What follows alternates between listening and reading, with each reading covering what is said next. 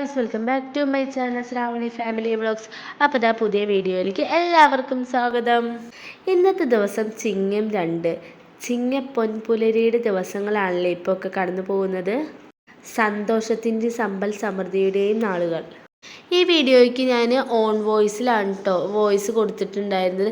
പക്ഷേ എനിക്ക് ആ ഫുള്ള് വീഡിയോ ഞാൻ സെറ്റ് ചെയ്ത് വന്നപ്പോൾ ബാക്കിൽ ഒരുപാട് ശബ്ദങ്ങൾ ഇങ്ങനെ കേൾക്കുന്ന പോലെ. അപ്പോൾ ഞാനത് കളഞ്ഞിട്ട് വീണ്ടും ഞാൻ എഡിറ്റ് ചെയ്യുകയാണ് കേട്ടോ ചെയ്തത്. അപ്പോൾ രാവിലെ തന്നെ നേരത്തെ അമ്പലത്തേക്കൊക്കെ പോയി വന്നു കേട്ടോ. ആ നേരത്താണ് കേട്ടോ നമ്മുടെ കുഞ്ഞാറ്റ നീച്ച് വരുന്നത്. ഞങ്ങൾ കള്ളക്കൂറിയൊക്കെ തൊട്ടിട്ടാണ് ഇരിക്കുന്നത്. അമ്പലത്തിൽ നിന്ന് വരുമ്പോൾ അങ്ങനെ കയ്യിൽ പ്രസാദം ഉണ്ടായിരുന്നു കേട്ടോ. അപ്പോൾ കറക്റ്റ് അവൾ നീച്ച് വരുന്ന സമയമായിരുന്നു. അപ്പോൾ ഞാൻ നെറ്റിയിൽ അങ്ങനെ വെറുതെ ചന്ദനക്കുറി തൊട്ട് കൊടുത്തിട്ടാണ് കേട്ടോ. അല്ലാണ്ട് കുളിച്ചിട്ടൊന്നുമില്ല. സത്യം പറഞ്ഞത് കള്ളക്കൂറിയാണ് കേട്ടോ. ഈ മാസം നമുക്ക് എല്ലാവർക്കും നല്ല സന്തോഷത്തിൻ്റെയും സമ്പൽ സമൃദ്ധിയുടെയും നാളുകളാവട്ടെ. അപ്പോൾ എന്തായാലും വീഡിയോ സ്റ്റാർട്ട് ചെയ്യാം. ഏതുണ്ണിയ കള്ളക്കൂറി തൊട്ടിക്കണേ?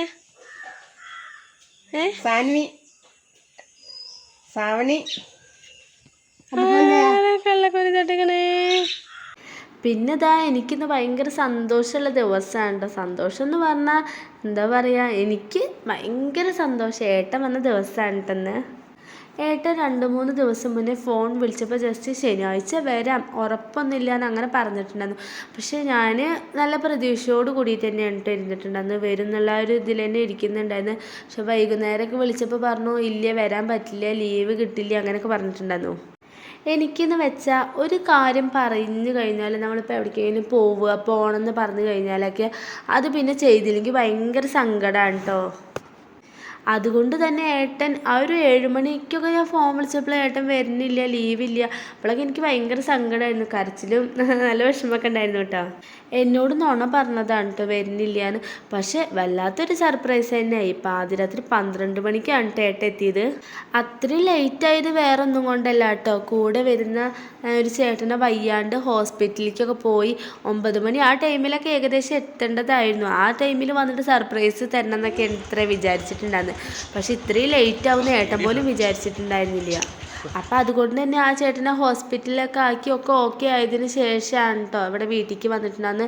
ഞാനും വിചാരിച്ചു വാതിൽ തട്ടുന്നുണ്ട്, വണ്ടിയുടെ ശബ്ദം അങ്ങനെ ഒന്നുമില്ല. പക്ഷേ ഞങ്ങൾ പേടിച്ചു കേട്ടോ. നേരത്തെ ആരാന്ന് അറിയില്ലല്ലോ. 12 മണി നേരത്തൊക്കെ വരുമ്പോൾ വാതിൽ തുറന്നപ്പോൾ എനിക്ക് എന്ത് ചെയ്യണമെന്ന് അറിയില്ല. ആകെ സങ്കടം സന്തോഷം കരച്ചിലൊക്കെ കേട്ടോ വന്നത്.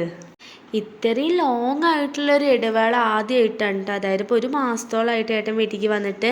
അപ്പോൾ എന്താ പറയുക, എനിക്ക് അങ്ങനെ ഇതായപ്പോൾ ഭയങ്കര സങ്കടമാണ്. എന്താ കാരണം എന്ന് വെച്ചാൽ നമ്മളങ്ങനെ ഇത്രയും ദിവസങ്ങളൊന്നും വിട്ടുമാറി നിന്നിട്ടില്ല. ഒരാഴ്ച പോലും അങ്ങനെ നിൽക്കാറില്ല. സ്റ്റാർട്ടിങ്ങിലൊക്കെ കുറച്ച് ബുദ്ധിമുട്ടുണ്ടായിരുന്നു കേട്ടോ.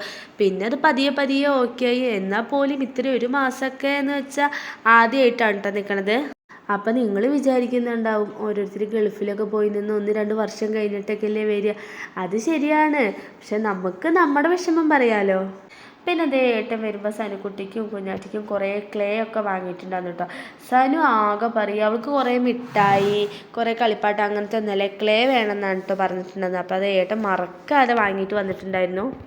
പിന്നെ ഒരുപാട് നാളുകൾക്ക് ശേഷമുള്ള വീണ്ടും ഒരു തുടക്കം കുറിക്കലെന്ന് തന്നെ പറയുക. എത്ര നാളായി എന്ന് വിചാരിച്ചിട്ട് ഡാൻസിന് പോയിട്ട്.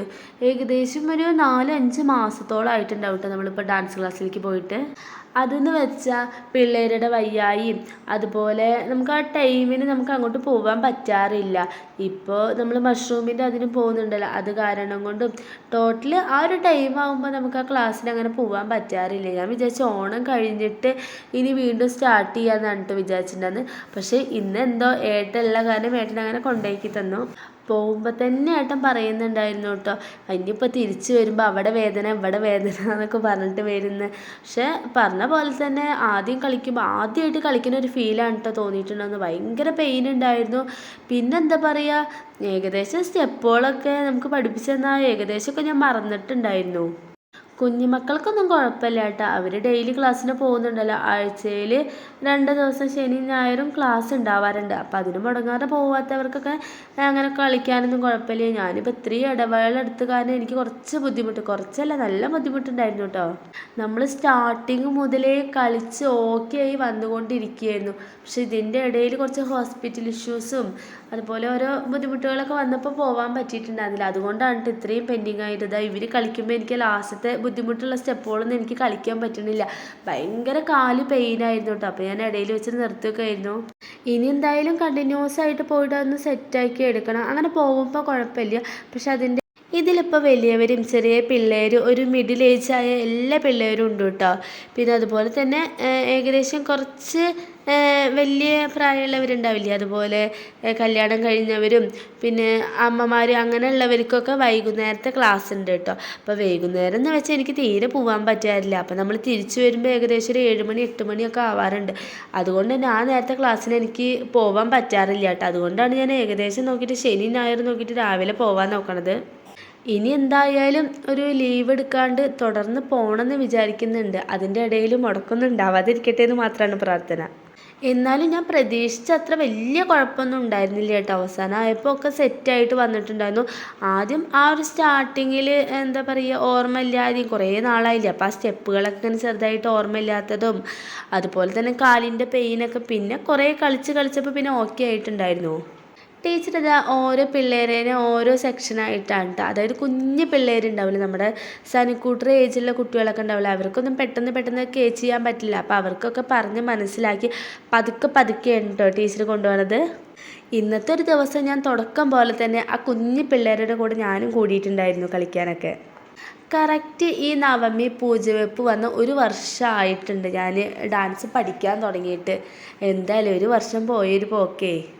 നമ്മുടെ കുഞ്ഞു മക്കളുടെയൊക്കെ 1.5-2 വർഷം ഏകദേശം ആവാറായിട്ടുണ്ട്.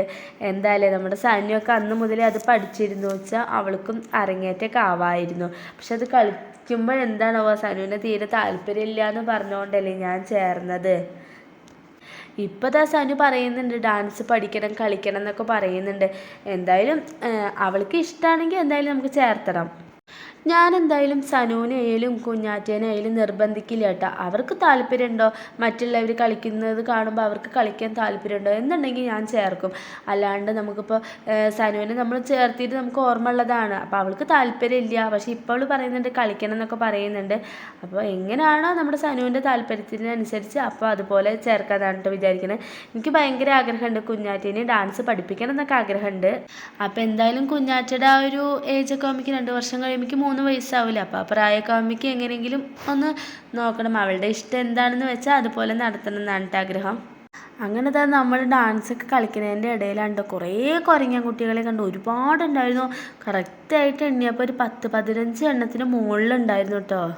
അത് കണ്ടപ്പോഴാണ് ചില പിള്ളേർക്ക് എല്ലാവർക്കും ഭയങ്കര ഇൻട്രസ്റ്റ്. അത് കണ്ടുകൊണ്ടിരിക്കുകയാണ്. ആ ഒരു കാഴ്ച കാണുമായിരുന്നു എല്ലാവരും ഉണ്ടായിരുന്നു.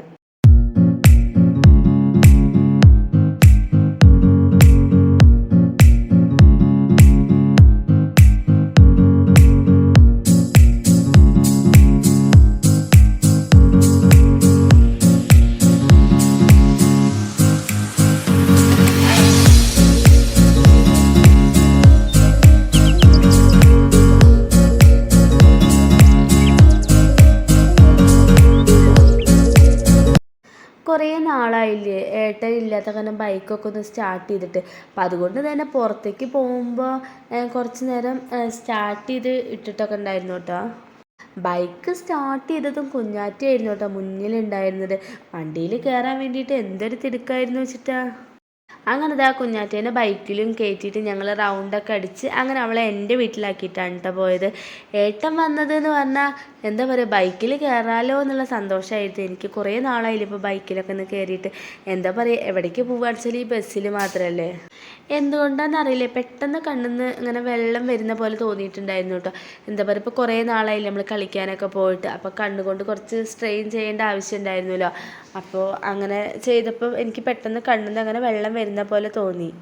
അങ്ങനെ വരുന്ന വഴിക്ക് ഏട്ടന് 2-3 തോർത്തും അതുപോലെ പിള്ളേർക്ക് കുറച്ച് ട്രൗസറൊക്കെ എടുക്കാമെന്ന് പറഞ്ഞിട്ടുണ്ടായിരുന്നു കേട്ടോ. അപ്പോൾ അതാ നമ്മളിവിടെ ചുങ്കത്തുള്ള സേവ് ടൗൺ കടയിലേക്കാണ് കേട്ടോ കയറിയിട്ടുള്ളത്. ഇതിന് മുന്നേ ഞാനൊരു വീഡിയോ ചെയ്തിട്ടുണ്ടായിരുന്നു കേട്ടോ. നമ്മൾ ഇതേ കടയിൽ നിന്ന് തന്നെ ഓണത്തിന് ഡ്രസ്സ് എടുത്തത്. ആ ഒരു വീഡിയോയ്ക്ക് നമുക്ക് 2.2K വ്യൂസൊക്കെ ആയിട്ടുണ്ട് കേട്ടോ. ഞാൻ ഒരിക്കലും പ്രതീക്ഷിച്ചതല്ല ഇത്രയും ഇങ്ങനെ വ്യൂ കയറുന്നേ വിചാരിച്ചില്ല. ആദ്യമായിട്ടാണ് കേട്ടോ നമുക്ക് അങ്ങനെ ഒരു ലോങ് വീഡിയോയ്ക്ക് ഇത്രയും വ്യൂസ് കിട്ടിയിട്ടുള്ളത്. ആ ഒരു കടയിൽ എന്നെ വീണ്ടും കയറാൻ പ്രേരിപ്പിക്കുന്നത് അവിടുത്തെ സത്യം പറഞ്ഞ ഒരു ഓഫർ തന്നെയുണ്ട്.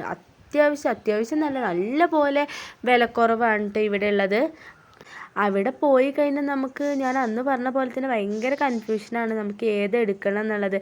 എന്താ പറയുക, കുറേ പൈസയും കൊണ്ട് പോയിട്ട് കുറേ സാധനങ്ങൾ വാങ്ങി വരണമെന്ന് ഭയങ്കര എന്താ പറയുക, അതൊക്കെ കാണുമ്പോൾ എല്ലാ സാധനങ്ങളും എടുത്ത് വരണം എന്നുണ്ടായിരുന്നു കേട്ടോ. അങ്ങനെ ഇവിടെ കുഞ്ഞാറ്റിക്ക് സനുവിന് 2-3 ട്രൗസറൊക്കെ വാങ്ങിച്ചു. ഏട്ടൻ്റെ തോർത്തെന്തോ വാങ്ങുന്നതിൻ്റെ ഇടയിൽ എനിക്കൊരു ജീൻസും ടോപ്പും എടുത്ത് തന്നിട്ടുണ്ടായിരുന്നു കേട്ടോ. എന്താ പറയുക, നല്ല റേറ്റ് കുറവെന്ന് പറഞ്ഞാൽ നല്ല റേറ്റ് കുറവായിരുന്നു കേട്ടോ. ഈ ഒരു ടോപ്പിന് 200 സംതിങ് ആണ് കേട്ടോ ഉണ്ടായിരുന്നത്. അതുപോലെ തന്നെ ജീൻസിനും ആ ഒരു ഏകദേശം റേറ്റ് തന്നെ ഉണ്ടായിരുന്നത്. എനിക്കാണെന്ന് വെച്ചാൽ ഭയങ്കര ഇഷ്ടമായി ആ ജീൻസ്. അതുകൊണ്ട് തന്നെ നമ്മളവിടെ ട്രയലൊക്കെ ചെയ്ത് നോക്കി ഇട്ടിട്ടൊക്കെയാണ് കേട്ടോ വാങ്ങിയിട്ടുണ്ടായിരുന്നു. മുന്നത്തേക്കാളും ഒരുപാട് സെലക്ഷൻ വന്നിട്ടുണ്ടായിരുന്നു കേട്ടോ. അപ്പോൾ ഈ ഡ്രസ്സ് എന്തായാലും നമുക്കൊരു അടുത്ത ആഴ്ച എൻ്റെ ഫ്രണ്ടിൻ്റെ കല്യാണം ഉണ്ട്, അതിന് വേണ്ടി ഇടാനാണ് കേട്ടോ ഞാൻ ഈ ജീൻസ് എടുത്തത്. എന്തായാലും ഇത്ര അടിപൊളി ലുക്കിലും നല്ല മെറ്റീരിയൽ ഈ ഒരു റേറ്റിൽ നമുക്ക് വേറെ എവിടെ നിന്നും കിട്ടില്ല കേട്ടോ. ഭയങ്കര ചൂട്, നല്ല ഉച്ച നേരമായ കാരണം നമ്മളൊരു ജ്യൂസൊക്കെ കുടിച്ചു. മുന്തിരി ജ്യൂസായിരുന്നു കേട്ടോ. ഞാൻ പൈനാപ്പിളാണ് എനിക്ക് ഭയങ്കര ഇഷ്ടം, പക്ഷേ പൈനാപ്പിൾ ഇല്ലാത്ത കാരണം മുന്തിരി ജ്യൂസാണ് കേട്ടോ വാങ്ങിയത്. പിന്നെ അതാ കുഞ്ഞാറ്റിക്കും സനുവിനും ഞാൻ 2 മാർക്കിസ്റ്റിൻ്റെ ബിസ്ക്കറ്റ് വാങ്ങിയിട്ടുണ്ടായിരുന്നു. ഒന്ന് ചോക്ലേറ്റിൻ്റെ ഫ്ലേവറും പിന്നെ ഇത് ഏത് ഫ്ലേവറാണെന്ന് എനിക്കറിയില്ല കേട്ടോ. അപ്പോൾ ഇങ്ങനെ 2 വാങ്ങിയിട്ടുണ്ടായിരുന്നു.